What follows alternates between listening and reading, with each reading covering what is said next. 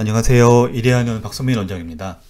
이번 영상에서는 쇼그렌 증후군의 주요 증상 중에 하나인 브레인 포그에 대해서 알아보겠습니다. 쇼그렌 증후군 재단에서 나온 교육 자료 한 편과 2019년도 논문을 통해서 관련 내용을 살펴보고, 영상 끝에서는 환자분들께 희망을 줄 수 있는 한 가지 사실에 대해서 간단히 말씀을 드리겠습니다.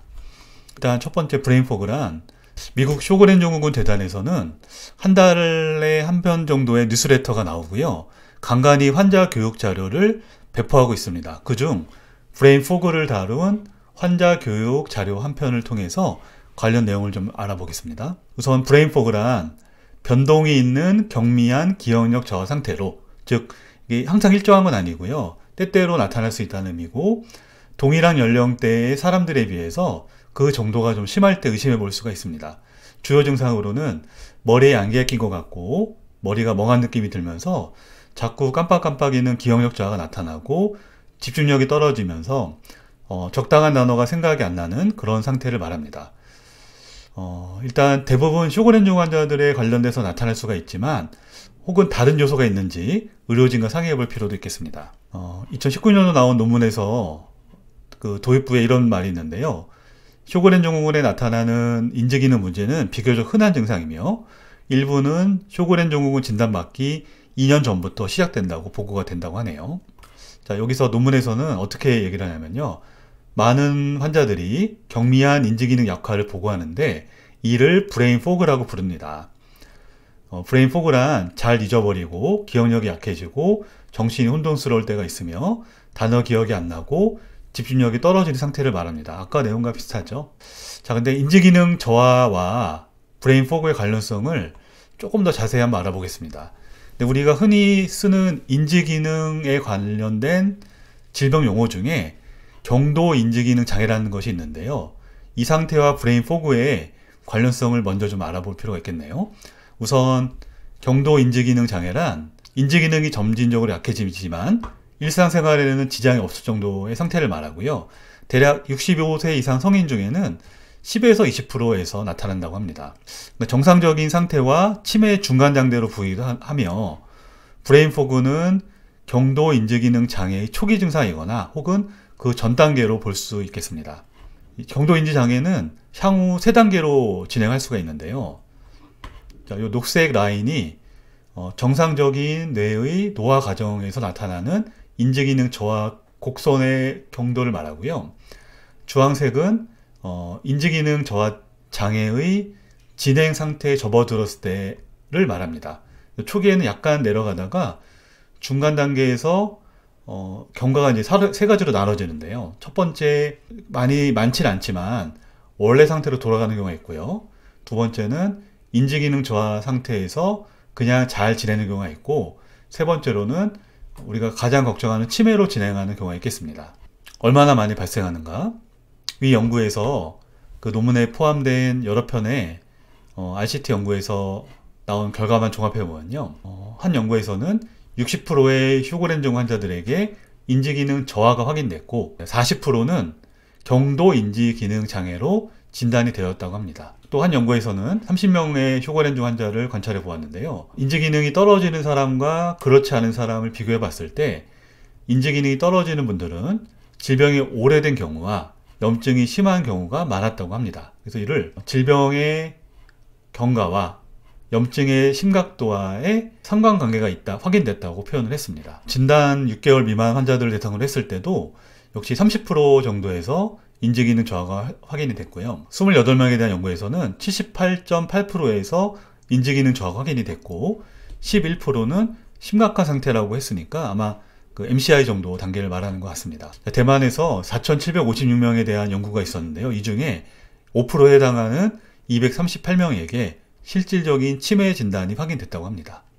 2021년도에 미국에서 3,622명의 쇼그렌 증후군 환자들의 건강 상태에 대한 설문조사 연구가 있었는데요, 주요 증상 중에 건조감, 피로감, 통증, 그리고 그 다음으로 많이 나타나는 증상이 바로 브레인 포그였습니다. 대략 80% 환자들이 브레인 포그를 호소했고요, 관련된 증상으로 건망증도 64%에서 나타난다고 보고가 됐습니다.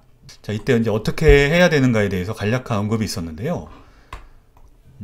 첫 번째, 일단 병원에 가서 그 상태에 대해서 잘 말씀을 해야 되고요. 두 번째가 조금 중요한데 65세 이상의 경우는 복용하고 있는 약물이 브레인 포그를 유발할 수 있기 때문에 관련된 약물이 있는지에 대한 의료진과의 상의가 좀 필요합니다. 자, 다음 표는 인지기능 저하를 유발할 수 있는 약물의 리스트입니다. 항콜린제, 벤조디아핀제, 항정신병약, 그리고 파킨슨병 치료제, 항우울제, 항전간제, H1H2 기량제, 여러가지 심혈관 치료제, 스테로이드, 비스테로이드성 소염 진통제, 항생제가 인지기능 저하를 유발할 수 있기 때문에 혹시 관련된 약물을 복용 중인 상태에서 증상이 나타난다면 의료진과의 상의가 좀 필요하겠습니다. 자, 다음으로 스트레스와 불안감을 줄여야 한다. 첫 번째, 기대치를 조금 낮춰서 현실적인 기대치를 설정해서 내가 어떤 여러 가지 인지기능이 떨어지면서 할 수 있는 실수에 대해서 좀 너그러워질 필요가 있겠습니다. 미리미리 계획을 수립해서 생활하고 일주일에 하루 정도는 온전한 휴식을 취하며 이완 운동을 배우고 꾸준히 실천하고 일과 여가 시간의 균형을 맞추고 많이 웃으며 기분과 감정에 대해서 잘 표현하려고 노력할 필요가 있겠습니다. 여러 가지 일을 한꺼번에 하다 보면은 실수하기가 쉽기 때문에 한 번에 한 가지 일을 처리하려고 노력하고요.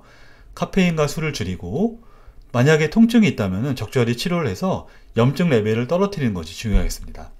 사실 가장 중요한 것은 꾸준한 운동인데요. 여기에 대해서는 나중에 다른 영상을 통해서 어떤 의미가 있는지 한번 살펴볼 기회가 있을 것 같습니다. 새로운 거를 자꾸 배우고 일을 좀 한다던가 자원봉사나 사회활동을 하면서 뇌를 꾸준히 훈련하는 것이 가장 중요한 방법 중 하나겠습니다.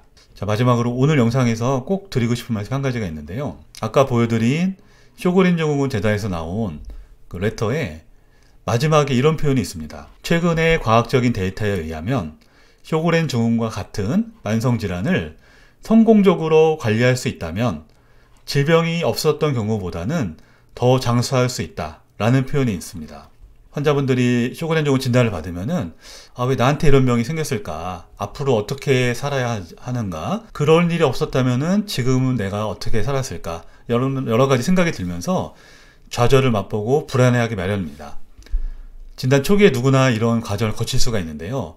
보통은 한 2주에서 길게는 2~3달 정도 이런 감정이 생기다가 나중에 천천히 이런 게 적응이 되게 되는데요. 그때부터는 앞으로 어떻게 살지에 대해서 자가 면역 질환을 개선하기 위한 여러 가지 노력을 하셔야 됩니다. 만약에 진단받기 전에 생활관리가 잘 안 됐다면은 음식관리, 운동, 수면 문제, 그리고 유해 환경의 물질에 노출된다던가 그런 환경 문제를 개선함으로써 올바른 습관을 만들어서 오히려 그 전보다 더 장수할 수 있는 환경을 만들 수 있다는 그런 과학적 근거가 있다는 메시지였습니다. 앞으로 생활관리에 대해서는 드릴 말씀이 굉장히 많기 때문에 여기에 대해서는 각각 주제에 대해서 다른 영상을 계속 만들어 보도록 하겠습니다.